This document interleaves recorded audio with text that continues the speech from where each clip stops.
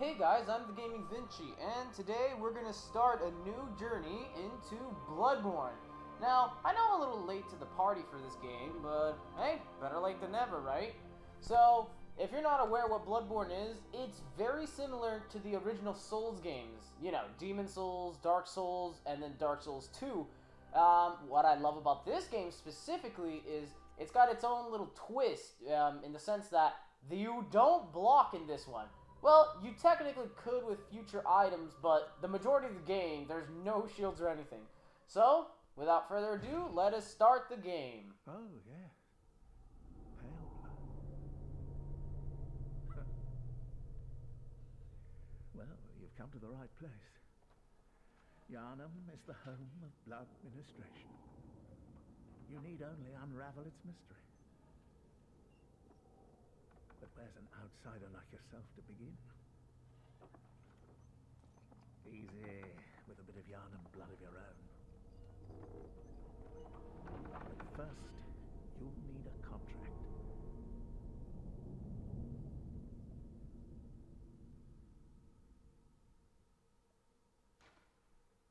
And with that, we are introduced by a man with what I'm assuming has clawed out eyes.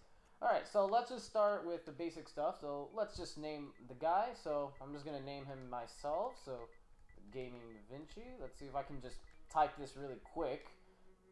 Okay, I knew I was missing a letter because I just had a little brain fart right there and that just stopped me for a second. Okay, whoops, there we go. Alright, so the only thing really I'm going to really change is my origins. Basically, origin is your, it's quote-unquote classes or paths in this case, and each one just has different specialties. For example, like, Mill, I don't even know how to pronounce this actually, so I'm just going to skip that. Lone Survivor, this one, it's got, you can see different stats in terms of like vitality, endurance, and all those other skills. And then there's just these other ones, you know, some are better than the others, but if I were to pick my favorite in terms of description, it's the last one, the waste of skin. You are nothing, talentless, you shouldn't have been born. I just love how this is an actual description of a game, and it is a choice if you want to, but this particular pass or class is more for professionals or hardcore players that know exactly what they want to do in terms of investment in points. So I'm just gonna go with what I'm, you know, comfortable with, what I know is good for myself. So I'm gonna choose a Lone Survivor. I'm not gonna worry too much with facial appearance because, well, I'm gonna be mainly wearing a hood or a hat or something, so I don't bother with that. And you'll see what I mean in just a few seconds. And with that, we got our loading screen. What I like about the loading screens here is that they usually give you descriptions of just either items that you can find. Or, for example, Quicksilver bullets are going to be an item that we're going to come across very often. And one thing I like about the Souls and this game is that its description of its items. I really like that. You know, they give you a little lore about like what's going on, but you know, you got to really pay attention.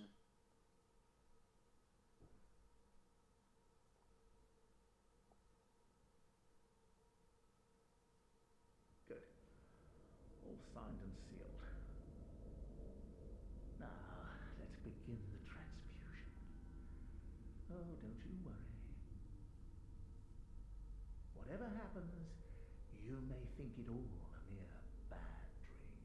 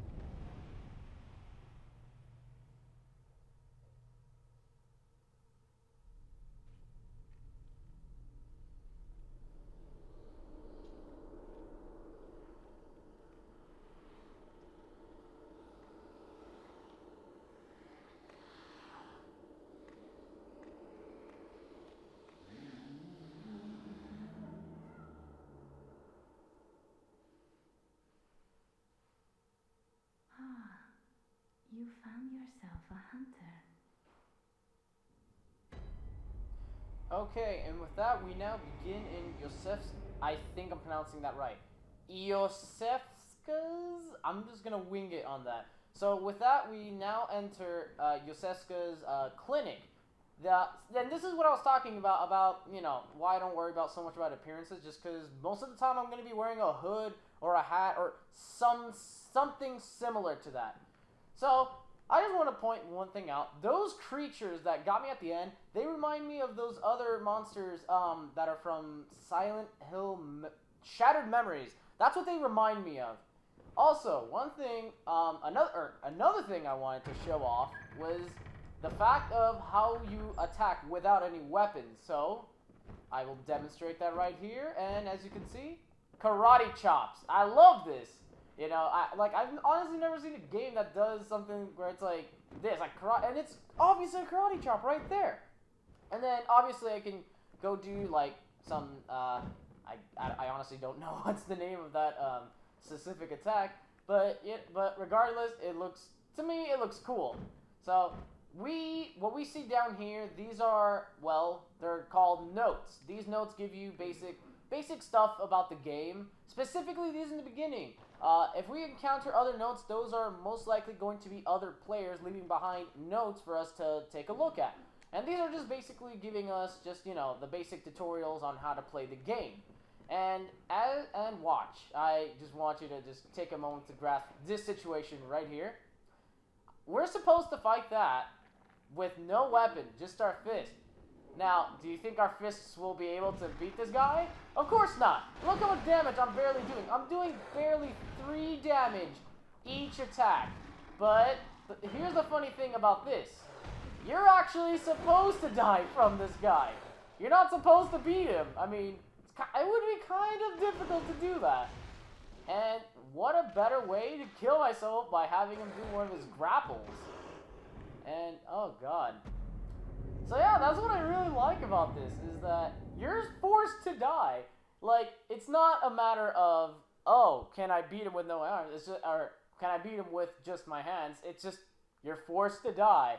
And you'll see why in just a few moments, if the loading screen, or if the game can load faster.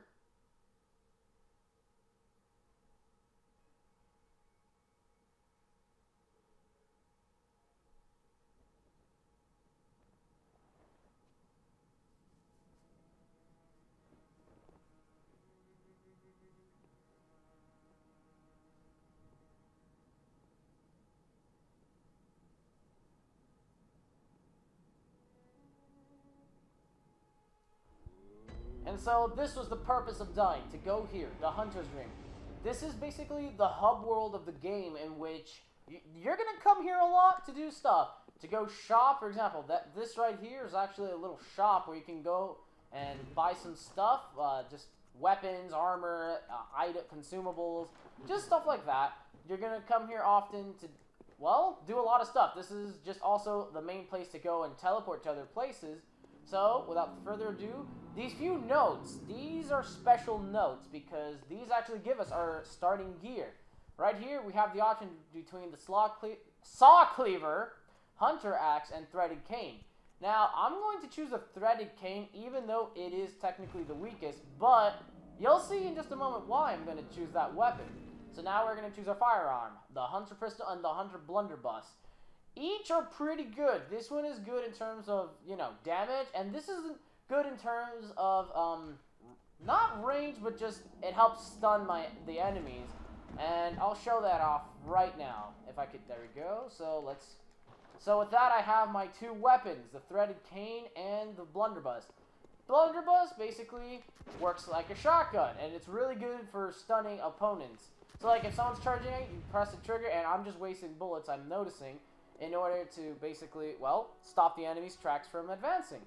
Now, one thing that I really like about the threaded cane, not only does it act like a kind of a sword, but you can become Simon Belmont. That's one thing I really like. And, you know, it just makes me think, wait, am I playing Bloodborne or Castlevania? Because just like, you know, it's funny, we could technically make this like Castlevania, just make this like a side-scroller and just, there we go. kind of works. Not really, but kind of.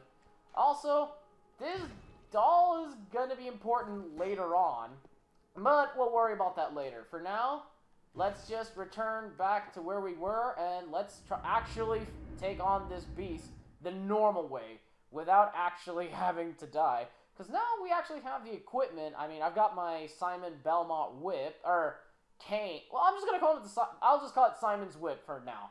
So now that we have Simon's whip, we can actually deal some damage. Plus that shot, or the blunderbuss. Now that'll actually help me in terms of like if the enemy's rushing, I can just stop them right there in their tracks, which is gonna be really good when I want to actually get away from most moves. So without further ado, let us go take out that beast. Then I'm just gonna show off the whip form right here. Right there, that's what I'm talking about. I'm whipping you, Simon Belmont. Oh god! I love how I tried dodging that, yet I fail very bad. Also, right there, blood echoes retrieved. That just basically means that any blood echoes I lost, they've been returned to me. And that's going to be really important because there will be times where I have maybe, let's say, 10,000? Yeah, 10,000 blood echoes, and I'm just going to lose all of them. Oh, trust me. That's what this game is going to be mostly consisting of.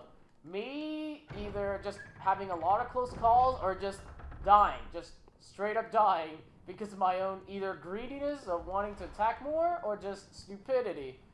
Alright, so now let's just let's open the gates.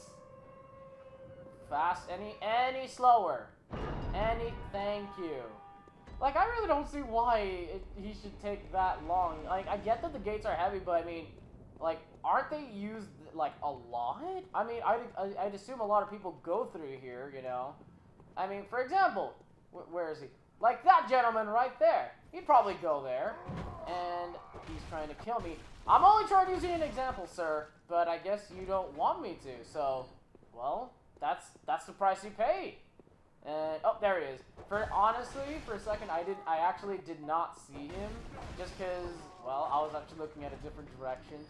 If I didn't see him sooner, he probably would have attacked me, and that would have made me look really bad in terms of just me being a really blind bat. So with that, we're going to pull this lever, get on top of this ladder, and am I missing anything? No. Alright, pretty sure I'm not. Alright, and with that, we climb our very high ascendant, and if you heard that, then, okay, I'm glad I'm not the only one here.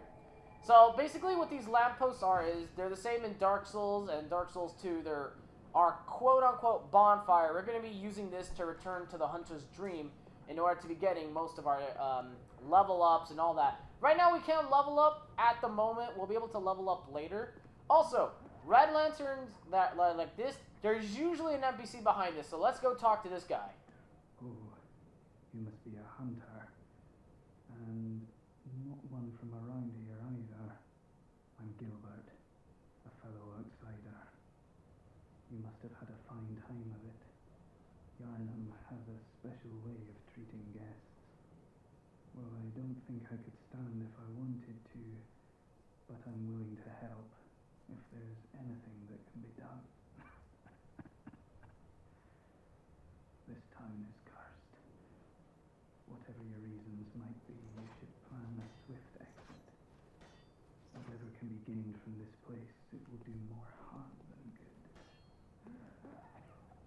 I feel really bad for poor Gilbert here. I mean, like, I like how he actually warns us, you know, I mean, it's a little too late at this point, but I like how he warns us that this town is cursed and that everyone is basically going to be after us.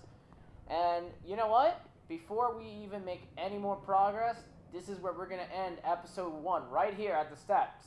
So, next time on Bloodborne, we're going to continue through Central Yarnum and just see what future enemies await for us. Until then, I will bid you guys farewell.